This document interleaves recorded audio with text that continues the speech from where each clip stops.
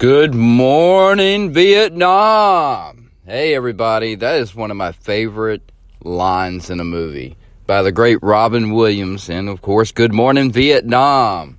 One of his first dramatic roles he took trying to convince people that he was a pretty good actor. And over the years, I think we've all seen, if you've watched every Robin Williams film, which you must, every role he plays in is a twist and turn, needless to say. He's an amazing entertainer and one of the greats to ever grace the screen. And on little or big, doesn't matter. Silver, it doesn't matter. Robin Williams belonged there. He is one of the most enigmatic characters I probably have ever seen in my entire life. And he did things different and to his own accord. And I know that's a weird way to start off the episode here, but some people I think about a lot. And when you think about the perspective of some people's careers, look at Michael Jordan's career in basketball, Derek Jeter's career in baseball. You have to look at certain people on and off the screen, and that kind of gives me a complete picture of who they are. Robin Williams is one of those people that, to this day, still entertains me. And he's long gone. We have lost Mr. Robin Williams. And that is sad to say. It really is. And the way he passed away, that is an episode within itself. But that would contain many celebrities. So I'm not going to talk about the sadness of the loss of Robin Williams so much as I love talking about how creative he was and how expressionate he was about his feelings and how he operated behind the scenes. Did you know that he and I'm pretty sure this is true, and as much as I've read up on him, I mean, you got to come from my perspective. I question everything, even the stuff that I believe is true. I still always have a question mark at the end of it because you never know what you will find out as you go along in life. But with Robin Williams, to this day, I can't find anything too negative about him. The worst case scenario that I know about, and my friend, Oh No, It's Blaze, a great streamer on Twitch, by the way, a fellow Texan next door to the great state of Louisiana, which I broadcast from. He even brings up this as a fact that Robin Williams did steal jokes from other comedians back in the day. Now, here's the thing, though, with Robin. He owned it behind the scenes, whether it was a big... back then you could keep stories from being published because there was a limited amount of outlets of information you can find out stuff from. There was no internet.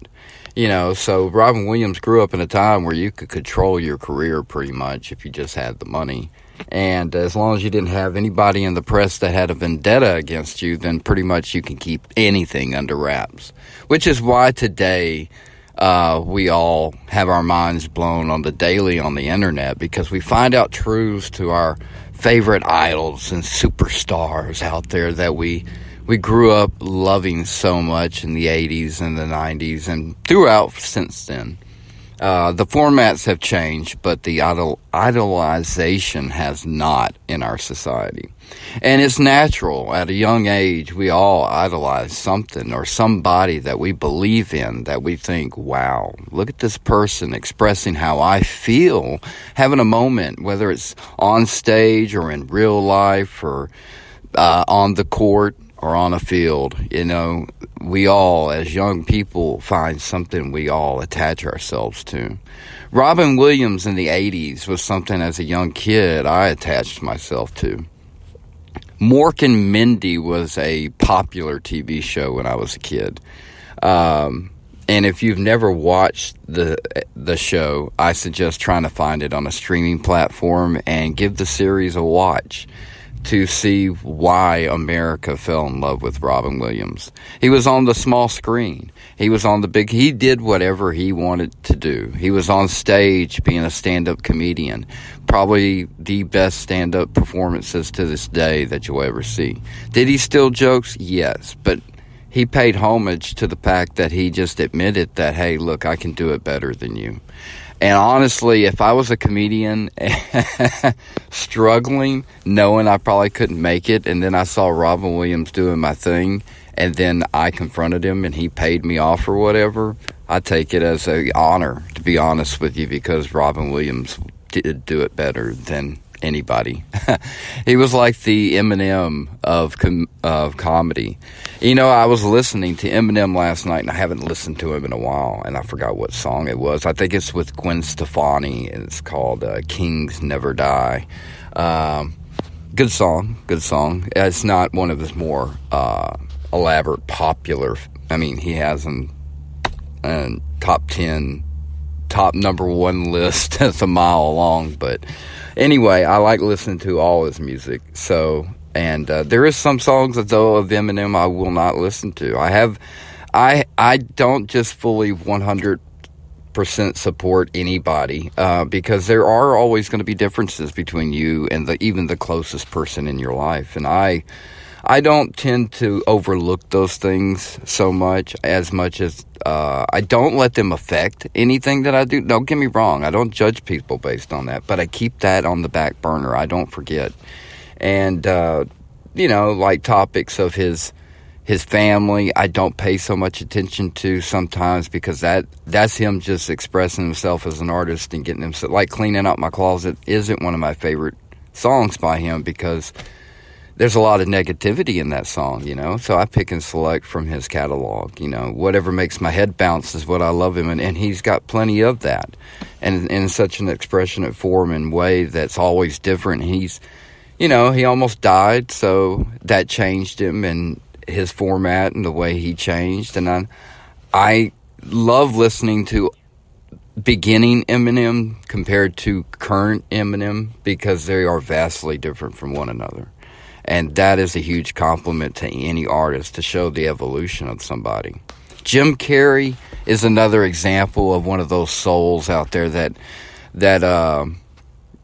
truly is as entertaining off the screen that he is on the screen. Of course, then again, on the screen, he is probably one of the most iconic comedians of all time as well. Has done stand-up before as well, but he's not a stand-up comedian. I would love to see a Jim Carrey stand-up special one day. Just him on stage being whatever he wants to be for 2 hours. I think that would be what he needs to do next. I think Jim Carrey, if you hear this, that's your next step, buddy. I would love to listen to anything you would love to get up on stage and entertain me with for 2 hours. Just you, though. I don't need an elaborate set or anything, unless it works for your stand-up. But I want you and a microphone, dude, on stage for 2 hours. Just Jim Carrey. With the beard, I don't care. Yeah, I would love to see what you pull out of your pocket to entertain us with, to give back, a little bit. Give back, I know that's, from a fan, you're like, oh, what do I need to give back to you? You know exactly what I'm talking about, because I feel your wavelength, that vibe, that beyond the scenes of what real life is, and what real life really is. And that's what we talk about on the podcast on the daily, is that we always try to look at everything that's right in front of us that the internet throws at you. I'm telling you, I love the internet, but it can be used against you just as much as it can be a tool for you. And I believe that we have let it go so far out of control on one end that it becomes a tool against us sometimes. And the one thing it's convinced us of, and we talked about this in the last episode about how music is listened to, how it used to bring us together because we all heard it together. Now it's so independent and separate, and as much as that has so many pros to it because it works for you individually, it separates you from society. It's a small little chunk, but when you look at small little chunks and you add them all together, that's a big chunk that's separating a lot of us.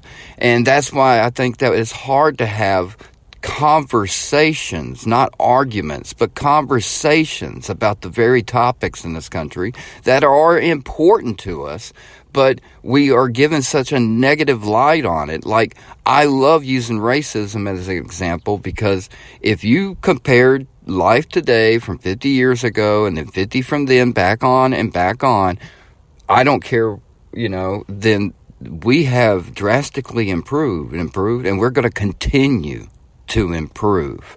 But you don't hear that on the news. You hear about how it's breaking down here in one situation because of one racist moment in a town somewhere or a city. But that is like 0.0000000 infinite 1% of the country, but it affects the 99.999% of the rest of the country. That's wrong. What about, like this morning, I saw a vigil for a shooting that happened in a town I live nearby. And it's amazing how, for one, I didn't hear about it. For one, I don't watch, because I don't watch main media. I neglect and try to pay more attention to local news, but it's hard sometimes. It's not like it used to be to me. But every now and then I do see a local news story, and it's moments like that. And you look in this crowd, and it's all colors. There is no predominantly one color, and that's a moment where you gotta mentally look at that and think, that's amazing. That is such a step in such the right direction. Everybody coming together. That's how it always works in this country. But we don't pay attention to that. Whenever something really bad happens, we always come together. We always work it out. But we never focus on that. We always let everything individualize us to the point where it's bad. And I keep saying this 1,000 times. I'll say it 1,001 more times. Too much of anything, and I do mean anything, is a bad thing. Okay, that's all I'm saying. And you're like, no, you can never have too much money. Yeah, you can have too much money. I believe you can. I believe you can have too much happiness to the point where you lose touch of reality. I believe that you can have too much food. I believe that you can have too much beer.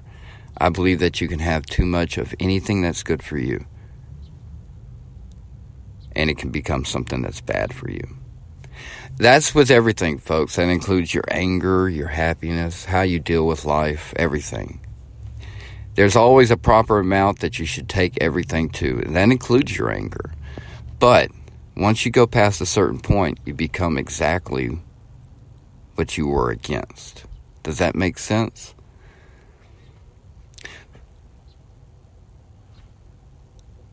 So I guess the topic of today is inspiration. What do you put out? What inspires you?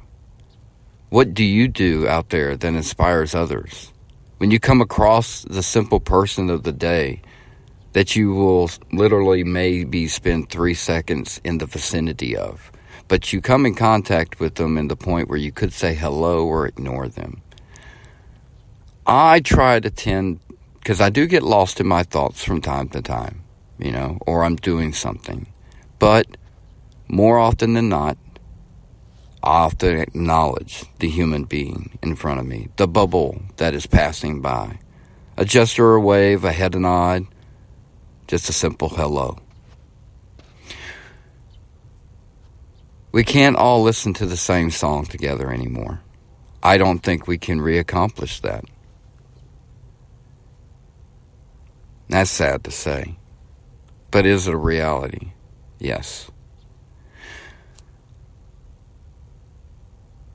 So in a time where the biggest thing is what we're told is,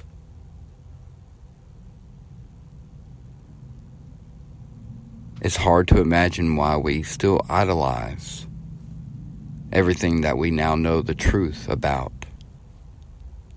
Remember, folks, love and laughter is the only way to conquer hate and fear out there. Question everything, even the good things. And never forget that each day that you wake up is a miracle all in itself. It's what you do with it. It's all up to you. Yesterday's gone. It's all about today. Don't even worry about tomorrow yet. Remember, folks, it's an infinite moment continuously happening, and you're always living in it. Never let yesterday hold you back from today, and never let daydreaming get you caught up and letting today pass you by. Go out there, take hold of it, be a conqueror. Spread that love and laughter. Hate and fear only gets more hate and fear.